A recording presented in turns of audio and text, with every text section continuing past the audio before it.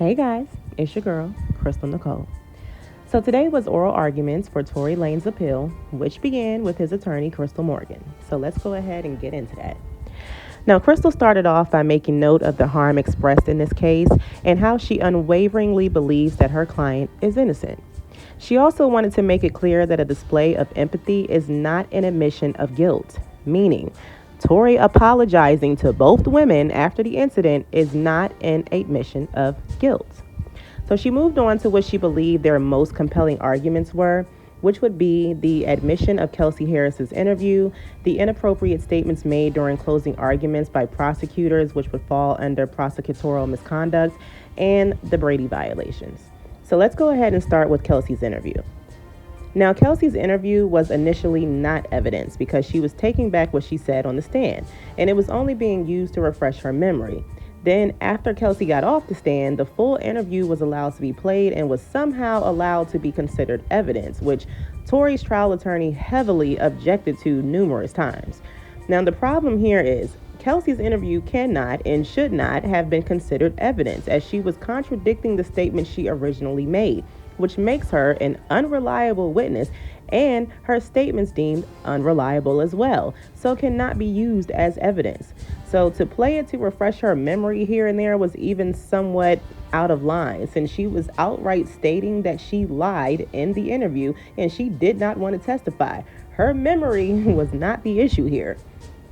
So the other issue is Kelsey gave that interview 2 months before trial. Then she came to trial and asked for immunity. Then her interview was allowed to be played while she was not on the stand, and defense attorneys did not call her back to the stand to confront her about that interview after it was played.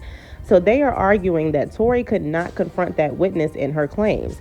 And this would partially be the fault of the trial attorney for not calling her back, and they had no explanation for why he did not. So they made an argument for ineffective assistance of counsel on that issue. So Crystal then moves on to Justin Edison, which is Megan's bodyguard, who was supposed to be a witness for prosecutors at trial. Now, prosecutors during opening statements claimed that they would be presenting Justin, who had claimed that Tory had confessed to him. However, Justin refused to cooperate and was not at trial. They had to send SWAT after him, and they issued a body attachment to which he later responded to, yet still didn't testify at trial.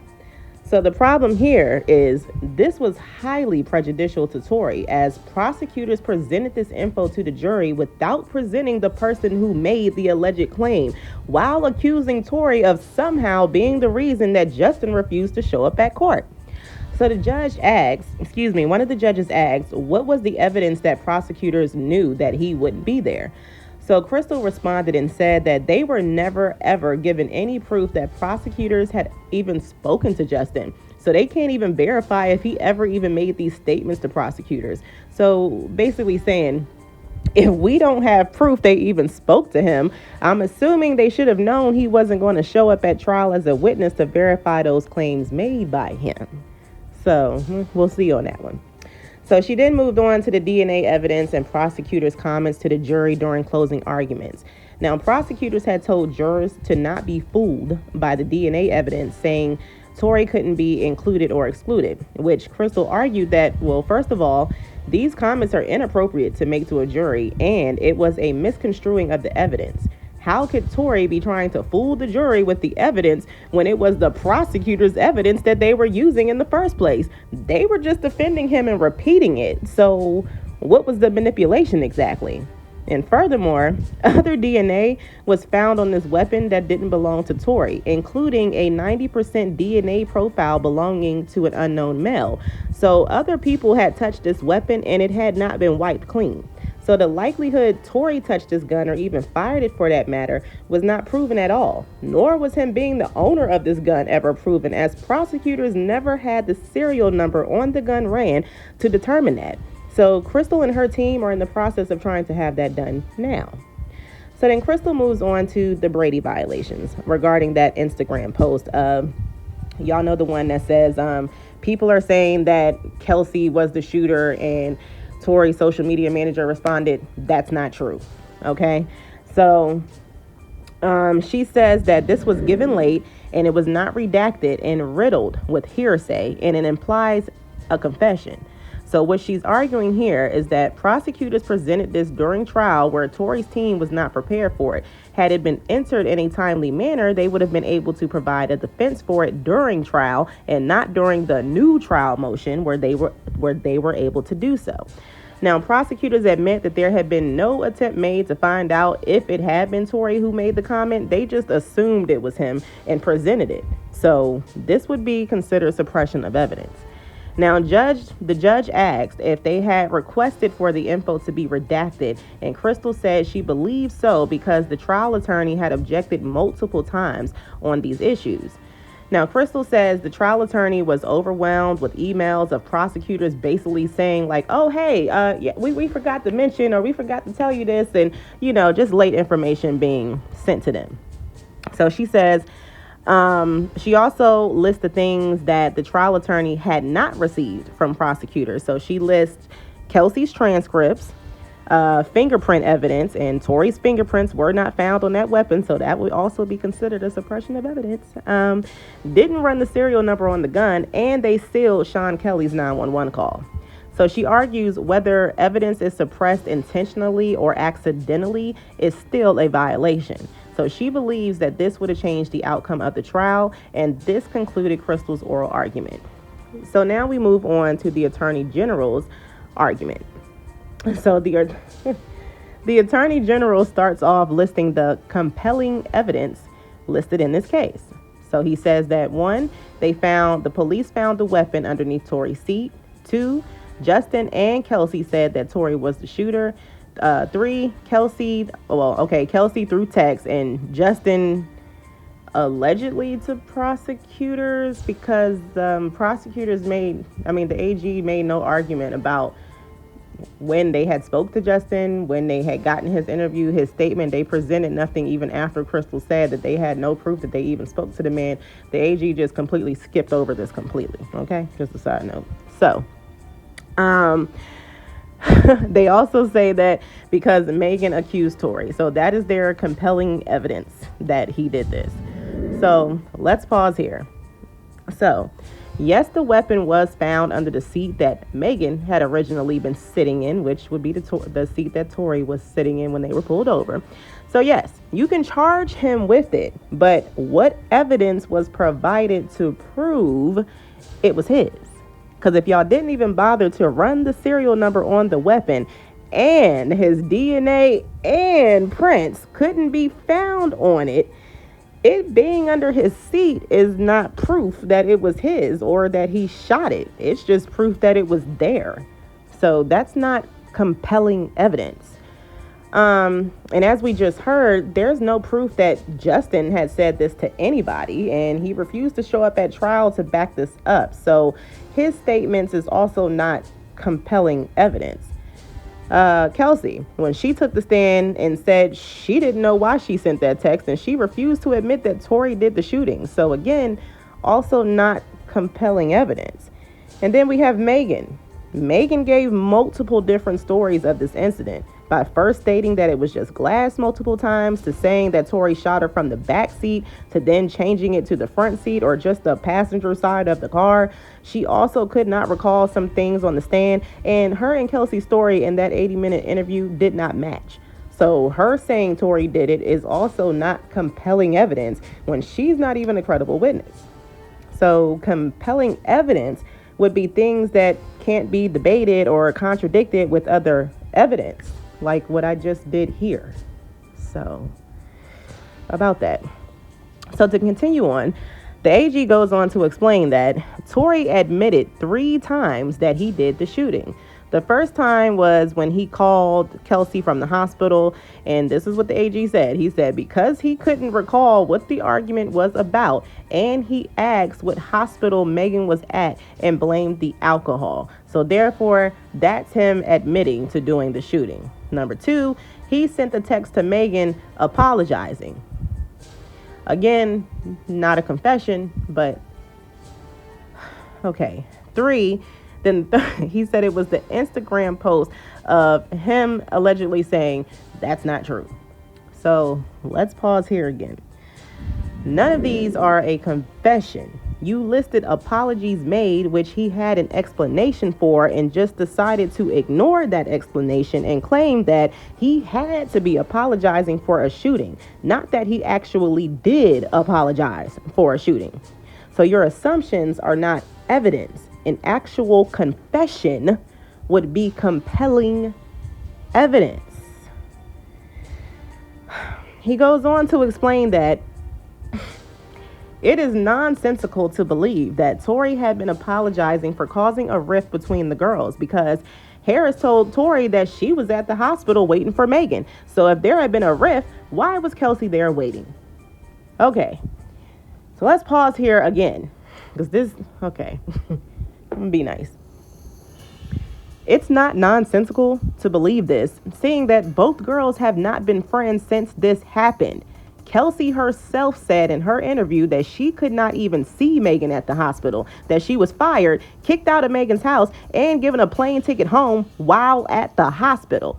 To expound on this further, in that same interview, Kelsey repeatedly keeps complaining about how she was iced out by the whole team and how Megan refused to defend her or talk to her. She had to call her multiple times and finally had to send a long text just to get Megan to respond to her. So this argument fails for all of those reasons right there. Now, seeing as how there apparently was something that happened that night, like, I don't know, Kelsey finding out Megan had been sleeping with Tory behind her back, it's very much plausible that he was apologizing for exposing this secret, which clearly was bad enough to cause Megan and Kelsey's friendship to end on the same night that this happened, because this was not 2 days, 3 days, a week, a month, 2 months later. It was literally while Megan was at the hospital, she fired her best friend, kicked her out of her house, gave her a plane ticket to send her ass back home, to which Kelsey ended up in a hospital complaining about all of this to Tory when she met with him to pick up her things out of his car. So I am confused about why this is being used as some type of evidence to prove that he could not have been apologizing for causing this rift between the girls when he clearly caused a rift between the girls. There was bald spots and acrylic nails and bruises and scratches all over somebody's legs and knots on somebody's foreheads to prove that his admission of something that Megan definitely did not want Kelsey to know led to Kelsey doing some things that she should not have done. So I don't really get this argument at all. And I honestly do wish that Crystal would have actually, responded back heavily like that. Like, what? I don't get this. I don't get it. So anyway, so this argument fails. So he goes on to argue that the text to Megan is for something big that Tory had done, which would be different from the apology that he gave to Harris. Which, okay. Again, the girls have not been friends since this happened. Megan herself admitted that she knew that this secret would hurt Kelsey. That's why she didn't want her to know. And she said Tory knew that she didn't want Kelsey to know this, explaining why he said she would never forgive him. She had been betrayed by him that night. Now, obviously, his apology to Kelsey might come off differently, as he wasn't as close to Kelsey as he had been to Megan and considered Megan someone closer, more like his friend than just a casual hookup. So, yes, he had betrayed Kelsey as well, but they had only had whatever they had for a short time before he hooked up with Megan. And Kelsey had not been around and had moved on to someone new after she caught COVID and went back home. So their relationship was not the same as his and Megan. So the apologies would be different. It doesn't mean it wasn't for the same reason, however. He betrayed both women, and his betrayal led to a disastrous set of events that was his fault, explaining why he said he would get all the blame for this. So he moves on from compelling evidence to the Instagram post. He says the Brady violation was not raised in the appeal, and it does not apply here, and it can't just be brought up now during oral arguments. He says they were turned over upon realizing, and a lot of the claims raised fell due to the lack of objection by counsel. And the objection was only on foundation, and foundation doesn't work on appeal. So in this case, he said it was a verified Instagram account, and the fact that someone else may have had access to it goes to weight and not inadmissibility. So the judge asks if there had been error regarding the post, what would his argument be as to whether it was prejudicial to Tory or not? He said it wouldn't be prejudicial because other aspects came out at the trial. And yes, there is questions on if that was really him who made the comment, but we know it was him who called from jail and who sent those text messages. So basically, he's trying to argue that, well, since he made the apologies, it's safe to assume that he left the comment, which to me does not make any sense. But okay, you are basically admitting that it was prejudicial because you don't have no idea if it was him who wrote it. You just assumed and presented it as a fact in the middle of trial, which didn't give defense attorneys a chance to prepare to defend that evidence. So, next. He moves on to Kelsey's interview being admitted. He claims that counsel did not object to the recording being played, I guess during certain times or at all. I'm not sure which one he was trying to claim they didn't object to, but it sounds like he was trying to say they just didn't object at all to Kelsey's interview. And they had multiple times. So he also says that Kelsey was not excused as a witness. Basically, they just didn't call her back, which is why they argued ineffective assistance of counsel. But he's arguing that the confrontation clause does not work on appeal. So them basically arguing that they didn't get a chance to confront Kelsey doesn't work on appeal. But I think their issue is more so about the interview being admitted, not more so about the fact that the counsel didn't have a chance to, question Kelsey again after the interview was played, because counsel obviously could have interviewed Kelsey again, but they just did not. So again, this is why they argued ineffective assistance of counsel on this issue. Now, his last argument was about prosecutorial misconduct. He claims that he said these claims are forfeited because objections weren't raised. And then he just made some more small arguments about defense attorneys not objecting. That was pretty much his entire argument, and that was the end of his argument. So Crystal had a chance to rebuttal. So she said that the text to Justin, Tory's attorneys had objected to this being allowed since Justin wasn't even present to confirm this text. So this objection was not granted. She argued that the people had argued she says that the people, meaning the attorney general or the prosecutors, they're arguing that there was compelling evidence in this case, and she's arguing that there clearly was not. There is no physical evidence, plus we have the conflicting testimony. She then moves on to the Instagram post. She says that the comment really doesn't matter. There were 4 people present, leaving 2 people who could have committed the acts. So it doesn't matter if he didn't confess. It was an implied confession because there was never no question on if it was Harris or Lanez who did it. So I think what she's trying to say here is that she's not saying that the comment doesn't matter. What she's saying is that, well, I guess in the same breath you're trying to say it matters, but it doesn't really matter because at the end of the day, it comes down to these 2 people who could have shot this weapon. However, there was never no real question on if Kelsey did it versus Tory. It just kind of seemed to be a whole Tory did it affair. Nobody had really been coming out accusing Kelsey, this, like how Megan's team had been coming out pointing the fingers at Tory since this had happened. So I think that's what she's trying to say, but you guys correct me if I'm wrong there because it kind of confused me just a little bit. So she moves on to the Brady violations. She says the evidence they weren't given would have changed the outcome of this trial, like Kelsey's interview, which there was an objection for, and the judge chose to go against procedure and allow it. And as far as calling Kelsey back, there was no body attachment, and she admitted that she didn't want to be there and didn't want to testify. So it would have been futile to bring her back, in her opinion, I guess. And she said the defense attorney was probably overwhelmed with all the delays and information given by prosecutors. However, it's still ineffective assistance of counsel for them not calling Kelsey back to the stand. So that concluded her rebuttal and oral arguments. So let me go ahead and give you guys my thoughts on this, and then that's where we will end things, okay? So I think Tory's team has some good arguments he can possibly win with, like Kelsey's interview, the withholding of the fingerprint evidence, and any alternative arguments made for ineffective assistance of counsel. Now, I know a lot of people were or are probably expecting them to argue like this is a new trial, but it is not. It's only to go over issues they found at the trial. So you're not going to hear certain things describing his innocence as if it were a new trial. Now, could Crystal have rebutted by getting more in depth with her responses? Yes, definitely. But given their time restraints, I can understand why that wasn't done. She still presented the main argument she thinks she can win on. Now, I do believe Tory has a chance of getting out, especially given the lackluster response from the AG, who basically didn't have much of any arguments.